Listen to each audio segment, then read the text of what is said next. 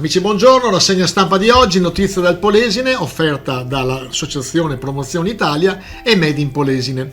Lo sponsor della puntata di oggi è deltaprati.it, il vero prato verde, in erba naturale in pochi minuti.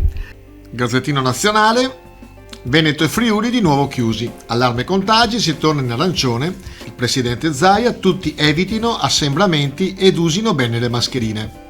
I nuovi colori dell'Italia da lunedì in tutto il nord Italia, arancione escludendo un arancione scuro in Lombardia e Val d'Aosta e Liguria giallo. Quindi da lunedì ci saranno 3 regioni in rosso, una regione in arancione scuro, 8 regioni in arancione, 6 regioni in giallo e una regione in bianco che è la Sardegna. Le misure anticrisi, addio a 65 milioni di cartelle, indennizi per 11 miliardi. Con il decreto sostegni cancellati gli atti fiscali dal 2000 al 2015 fino a 5.000 euro. I ristori, il tetto a 150.000 euro. Andiamo alla pagina di Rovigo, sempre del Gazzettino. C'è questa foto, ristoranti, boom di prenotazioni. Tutto esaurito in alcuni locali del Delta per l'ultima giornata in giallo. Rovigo, oggi dalle 16 alle 18, sul listone lo screening coordinato dai medici dell'Università di Verona. Tamponi in piazza all'ora dello spritz. Test a tappeto sui giovani under 35. Sotto la tenda della Protezione Civile si potrà fare il controllo gratuito con personale dell'ULSS. Tribunale di Rovigo, arriva il super tecnico. Previsto da mercoledì il sopralluogo dell'architetto Gianmarco Mattei, designato dal Ministero della Giustizia. Noce della Lega afferma no a nuovi voti urbani.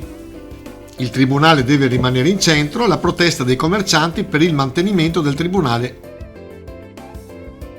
Adria, cantieri per 76 milioni in 3 anni.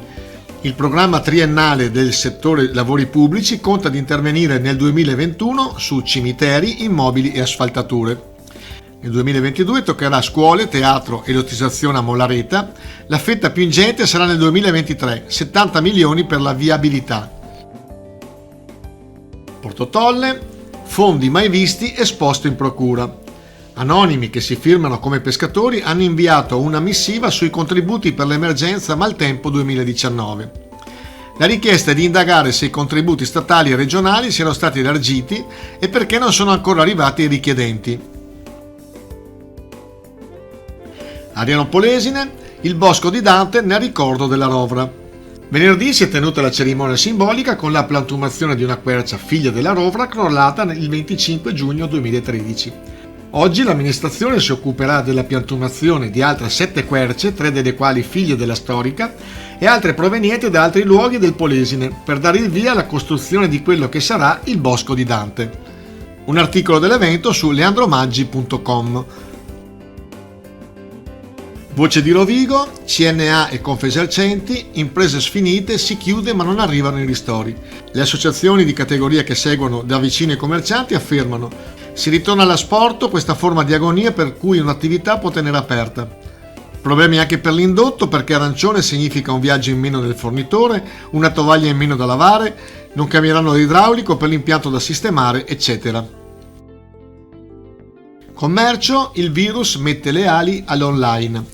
Soffrono i piccoli negozi, gli italiani premono i discount, prezzi degli alimentari più convenienti. Vendite al dettaglio in calo sia su base congiunturale che sull'anno delle stime dell'Istat, ma la pandemia fa volare il commercio elettronico. Infatti su base annua è aumentato del 38,4%. Grazie per i vostri ascolti, vi ricordiamo che tutti i giorni alle 11.50 e alle ore 14 siamo anche su Radio Diva, nelle frequenze 94 e 100, e da Leandro Maggi è sempre un piacere stare con voi. Ciao ciao!